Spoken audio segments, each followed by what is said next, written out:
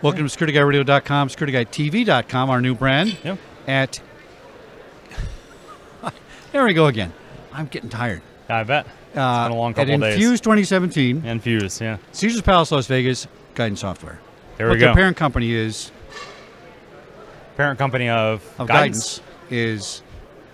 I always get it mixed up. Good question. I don't know, actually. Well, thanks So- for coming on the show. That was Sure a great enough, interview. yeah. What's your name, sir? Jake Williams. And Jake Williams. what company are you with? Well, I'm out here with SANS. Here I we do a did lot of say- training we with did an SANS. interview. It's a great company, Yep, great totally. organization. Totally, and I'm an instructor and course author at SANS.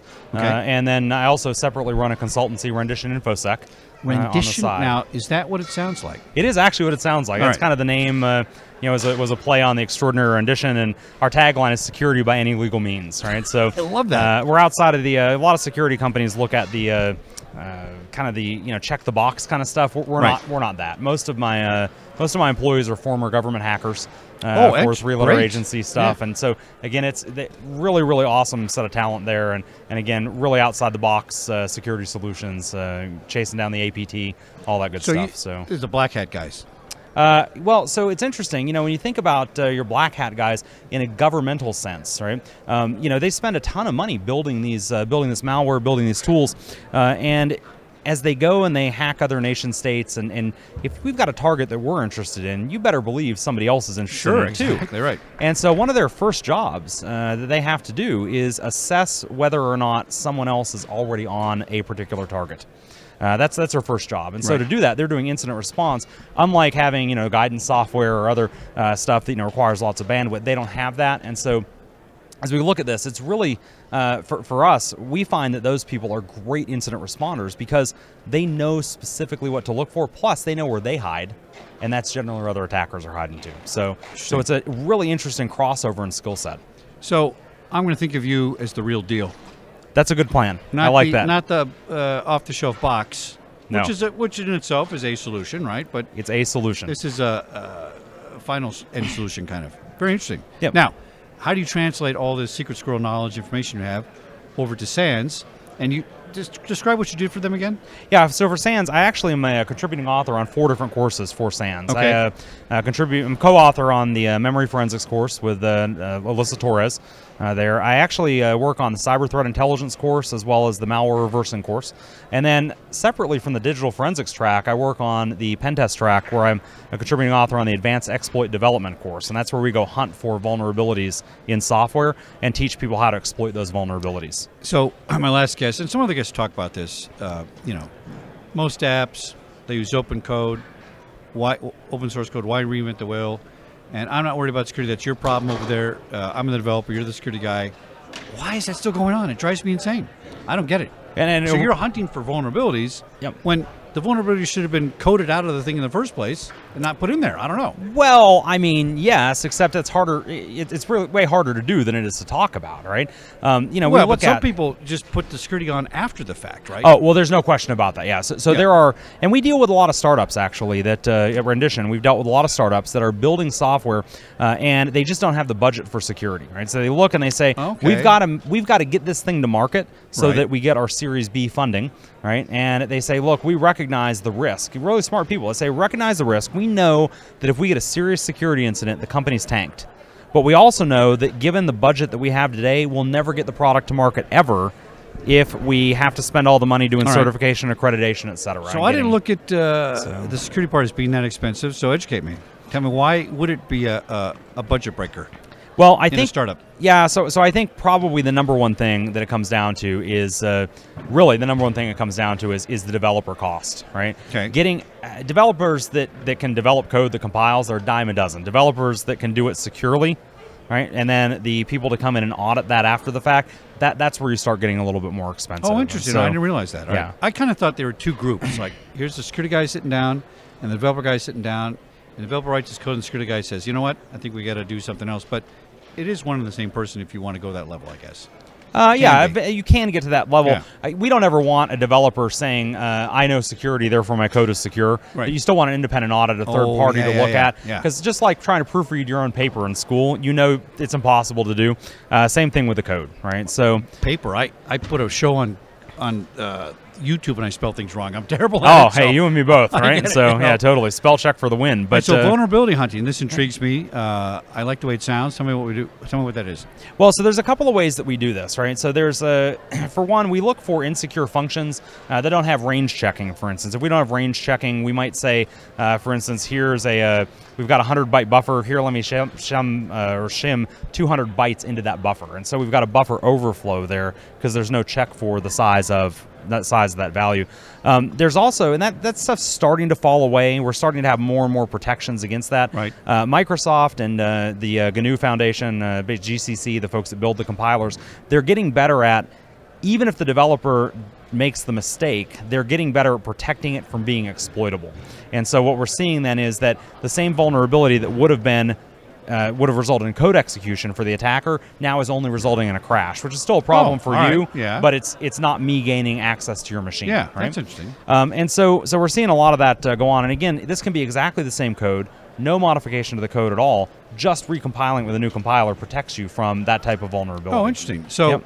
I look at this as it's all creativity to me, right? It's ingenuity. Totally. It's and in that environment, because I came from the studios. Yep. You don't put restrictions on the creative people because No, then they're not definitely. creative. Right, definitely. So you got to balance that, though, right? Yes. And I think, you know what? If I was in charge of everything, not me personally, but some guy might think, you know what we need? We need coding standards. And here's best practices in coding, and not making it a law, of course. But Sure, let me sure. say, you know, here's a standardization for the industry, and let's all follow that. I think we lose innovation. Oh, there's no question. what I'm saying? Yeah, no question. No You ever heard question. of OnVIF? I have not. So OnVIF is, I forgot what it stands for, but they're the group that, Sony cameras, Panasonic cameras, they all Totally. get together and they say, you Yeah. know what, we're going to share a little bit of our secrets, and all these cameras are now plug and play, and all Yep. these cameras now do not have password as the default password. And, Got it. and that makes the industry better in the camera business, right? Mm-hmm. And I always used to think, wow, why don't we get some organization like that for coding? And I thought, it's a good concept, but I think it would stifle the creativity. I probably wouldn't work. Well, you'd also have to train developers on it, right? Which would raise the cost That's to do a the cost- development. that's right. And so now that developer that's been trained in that particular standard costs more, just like any Right. security standard. Yeah. Right? I'll tell you one of the other things we do that's really interesting with exploit development. I'm sure you've heard of Microsoft's Patch Tuesday, right? So every month there's Patch Tuesday. In the exploit development community, we have a saying for the following day we call Exploit Wednesday, because when Microsoft or any company, it's not unique to Microsoft, just that it always comes out on Tuesday with them, they release the patch. And what we'll actually do, and we teach this at the SANS Institute for people that are doing legitimate work, of course not bad people, they're Right. people that are auditing code. But basically what they'll do is we'll take a look at the new code, we'll take a look at the old code, right? So we have the old pre-patch, and then we have the after the patch. And we'll basically disassemble, and we'll look for the differences in the code. Oh, and we know that when you patched, you've delta. done... Yeah, the delta. You've added some check that... and we know that wherever that check is at, that's what ultimately is keeping the code secure. That's great detective work. Yep. That's And brilliant. what's Microsoft and Adobe are two companies that have actually tried to fight us back on that. And after they put the patch in, they'll make a couple of other, in some cases they forget or they're deadline push for the patch. They'll try and make a couple of other minor changes so that it doesn't spotlight on one individual change for the patch. So instead of having one, you've got 10, and one of them is actually a bug, and the other ones are just them flipping some bits around. So It's a decoy for you? decoys, exactly. Are right? they trying to avoid embarrassment or what? No, what's their no. point? They want to slow us down, right? Why? So, well, because Aren't you helping? Oh, not a bit. Not in this case, right? So in this case, they've released a patch. Yeah. It's no longer 0-day vulnerability. It's what we call 1-day vulnerability, Okay. meaning that they've released the patch. Now, basically, I'm trying to weaponize that vulnerability, write an exploit for it, Right. so that I can use that to do security auditing, penetration Okay. testing, etc.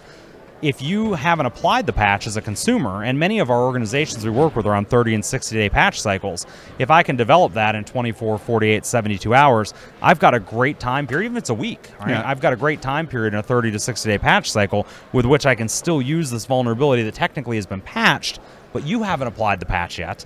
Right? Still to gain access on these systems, right? And so in this case, you're not helping Microsoft at all. They totally want to decoy you out and try to raise the cost for you to do this. That's So, hilarious. Yeah. I mean, I remember when we were at Disney, I developed their anti-piracy program. Mm-hmm. And that was the hard security, night vision goggles and Yeah. guards.